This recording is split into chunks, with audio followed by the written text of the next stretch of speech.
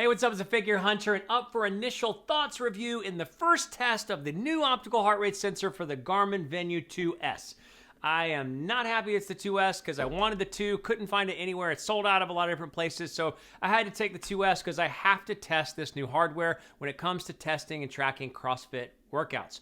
It has a new high-intensity interval workout mode on it. You have, Tabata, EMOM, AMRAP, workout mode, so timers. I'm going to test all those things in a full and in-depth review, but I just wanted to at least share that the testing is now underway, share my first workout, and give you some sort of basic feel of using the watch in the first, 24 hours. So if you like the video, please give it a thumbs up. Please consider subscribing for more. This whole channel, Figure Hunter channel, and the figurehunter.com website associated with it is for the purpose of tracking and testing devices for CrossFit high-intensity interval training versus all the running, biking, and swimming video reviews that are out there. So with that, we're going to dive in. We'll look at hands-on, look at the app, look at the overall experience, come back together and talk about how it's been in the first sort of out-of-the-gate experience with it, and then we'll stay tuned for the full review. So let's dive in. Okay, so this is it.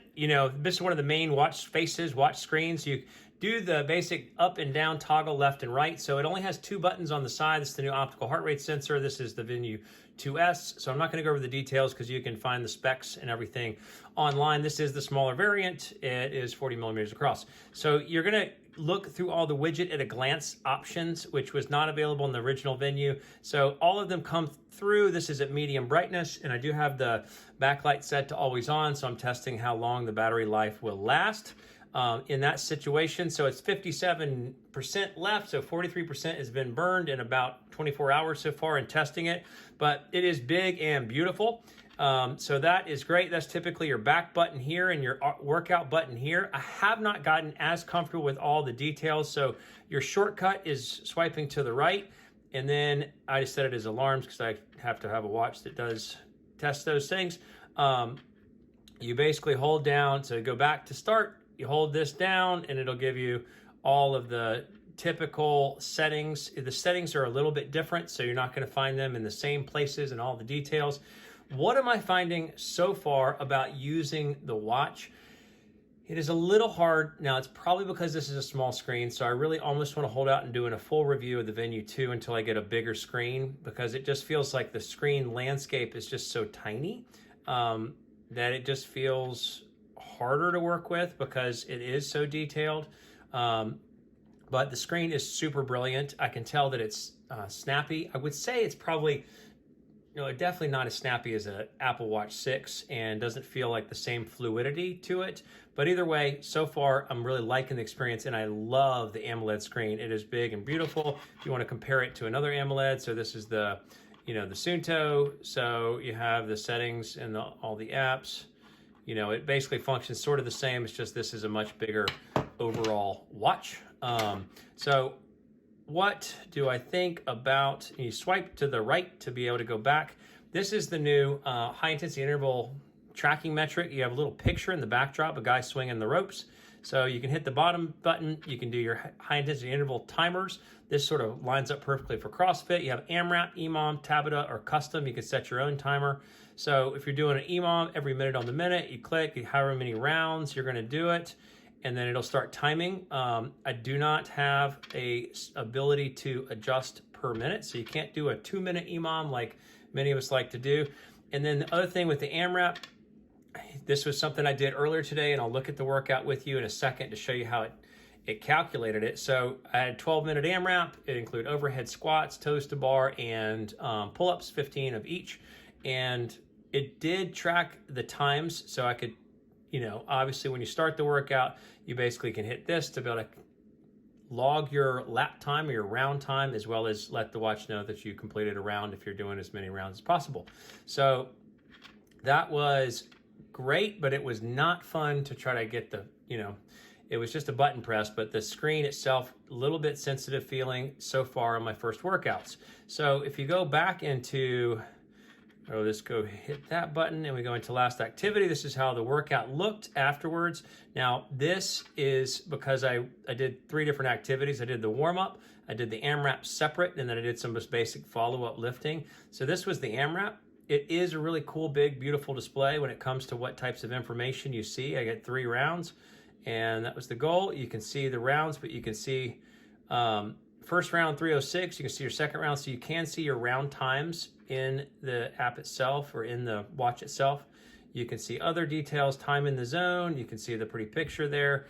And let's look a little bit at how it looks on the app to see how it tracked the accuracy. Now this Venu 2 will not track workout specifics like training effect, training load over time, your recovery time estimates. It will not track the higher level analytics.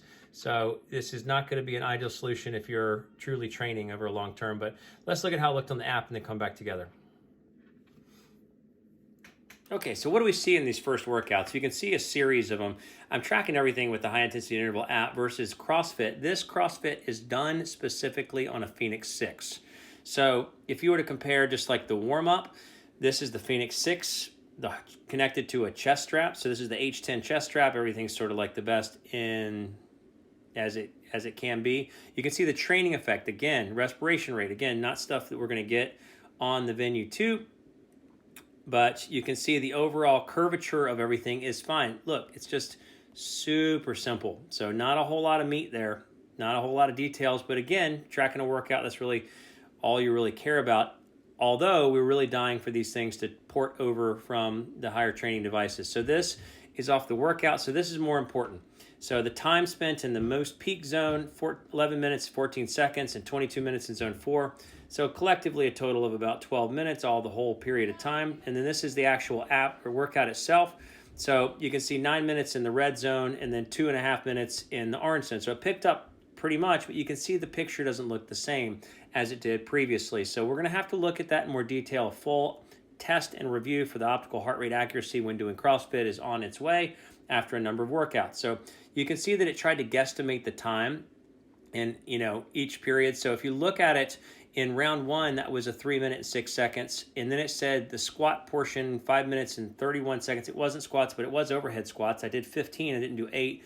And so it really wasn't calculating correctly. So it's not very helpful. I don't like that it did it in this sort of display itself, but still more to be seen there. But you can see that it is keeping up with your round times and is trying to guesstimate your overall accuracy or overall score. And then this is just the last little lifting session. I don't know that it peaked my heart rate very much. I guess I did for a period, 50 deadlifts. But so it did peak up. You can see the picture here, and that's on the chest strap off the Phoenix 6 versus the picture here. So it is trending well and looking better. It just, we can tell in that more intense workout, it did not keep up the same intensity, and there was pockets of fallout. So with that, let's come back. So what did I think of the watch overall? I am super excited to see the accuracy increase in the optical heart rate sensor, but there's so much testing still to be done. We've got to run it through a bunch of tests and track it over a big period of time to see how accurate it really is. I got out of the first workout and I thought, oh man, it looks like it's really tracking well. And it did keep up with the high heart rate periods and zones that it was not able to in the original heart rate sensor, the Elevate, that just is on the main watches right now. But we still got a lot of testing to do to see how accurate it really actually is. I'm finding the screen to feel big and beautiful and brilliant.